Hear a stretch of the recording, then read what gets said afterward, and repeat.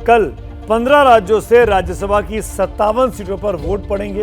इनमें 41 उम्मीदवार निर्विरोध जीत गए हैं, लेकिन 16 सीटों पर जबरदस्त पेच फंसा हुआ है। आप भी जानना चाहते होंगे कि यहाँ पर क्या होने वाला है, और ये वो खास तौर पर राज्य हैं हरियाणा और राजस्थान में। मुकाबला बहुत दिलचस्प है।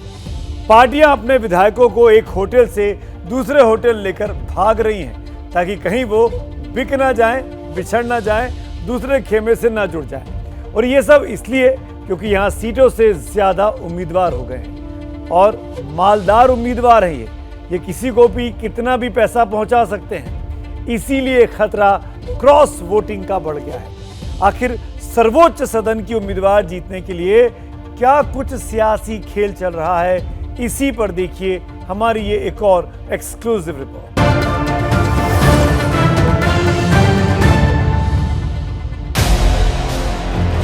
फिल्म शोले का ये डायलॉग हरियाणा के राज्यसभा चुनाव के मौजूदा सूरत हाल पर एकदम फिट बैठता है,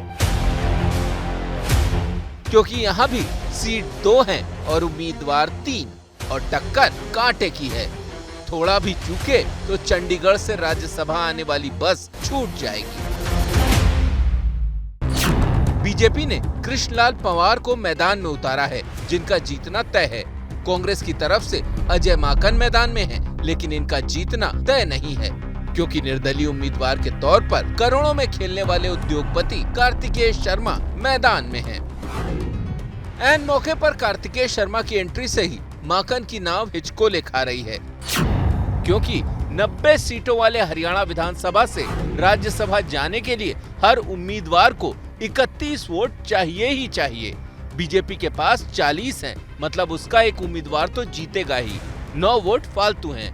कांग्रेस की मजबूरी यह है कि उसके विधायक 31 ही हैं, उसमें से भी एक कुलदीप बिश्नोई नाराज चल रहे हैं, जबकि जेजेपी के 10 और अन्य 9 विधायक कार्तिकेय शर्मा के साथ हैं।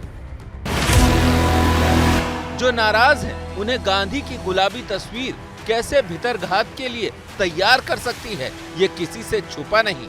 इसीलिए हरियाणा कांग्रेस अपने विधायकों को एक होटल से दूसरे होटल ढो रही है।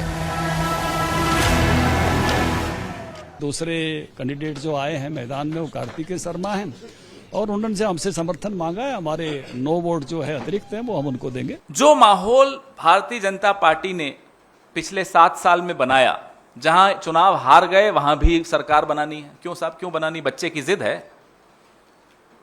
मध्य प्रदेश हार गए, नहीं फिर आना है। अरुणाचल प्रदेश में भी करना है, उत्तराखंड में भी करना है, गोवा में भी करना है। क्यों करना है? स्वर्गीय अहमद पटेल जी का चुनाव राज्यसभा का आप सबको याद है। आपके पास संख्या नहीं है तो चुपचाप बैठिए ना, इंतजार करिए अगली बार। हरियाणा से ज्यादा रोचक तो राजस्थान का राज्यसभा चुनाव हो गया है। बड़े उद्योगपति सुभाष चंद्रा की एंट्री से चुनाव का क्लाइमेक्स बदलने के आसार हैं। खुद ही सुनिए क्यों। लोग और क्रॉस वोटिंग करेंगे, इसलिए नहीं कि उनको कोई सुभाष चंद्रा से कोई बहुत प्रेम हो गया है। उनके साथ जैसा व्यवहार इस सरकार के कार्यकाल में हुआ है, उस कारण से वो अपना क्रॉस वोटिंग करके मतदान देंगे। सुना आपने, डंके की चोट पर क्रॉस वोटिंग का दावा। सुभाष चंद्रा के इस दावे की 2 ही वजहें हो सकती हैं। पहला, वो शुद्ध झूठ बोल रहे हैं, और दूसरा ये कि अंदर खाने डील हो गई है। राजस्थान में राज्यसभा की 4 सीटें हैं, उम्मीदवार 5 हैं। एक उम्मीदवार को जीत के लिए 41 वोट चाहिए। कांग्रेस के उम्मीदवार 3 हैं, इस लिहाज से 123 वोट की दरकार है, लेकिन उसके पास विधायक हैं सिर्फ 108, यानी 15 वोट कम।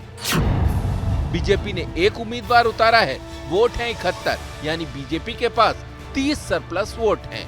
ये जोड़ घटा गुणा भाग दिखाने का मतलब ये है कि टक्कर प्रमोद तिवारी वर्सेस सुभाष चंद्रा हो गई है। तिवारी के खेमे में कांग्रेस के बचे 26 विधायक, आरएलडी का 1 और सीपीएम के 2 विधायकों का समर्थन है, यानी कुल 29 वोट, जबकि बीजेपी के 30 और आरएलडी के 3 वोट के साथ सुभाष चंद्रा अभी भी रेस में आगे हैं।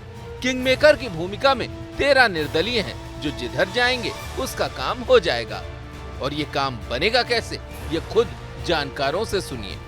एक एमएलए किसी भी कैंडिडेट को वोट कर सकता है और इसी में जो ये करप्शन और ब्लैक मनी का इस्तेमाल किया जाता है। कई सालों पहले कि कोई इंडस्ट्रियलिस्ट खड़ा था या कोई प्रेस बैरन खड़ा था और इन्होंने वो निर्दलीय उम्मीदवार के रूप में खड़ा था और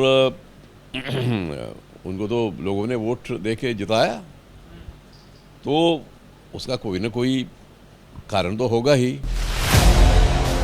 देश में कहीं भी राज्यसभा चुनाव जब खत्म होता है, अपने पीछे हार जीत की एक अनोखी और थ्रिलर पिक्चर जैसी कहानी की पटकथा छोड़ जाता है और इस बार तो लगता है कि कई कहानियां मिलने वाली हैं।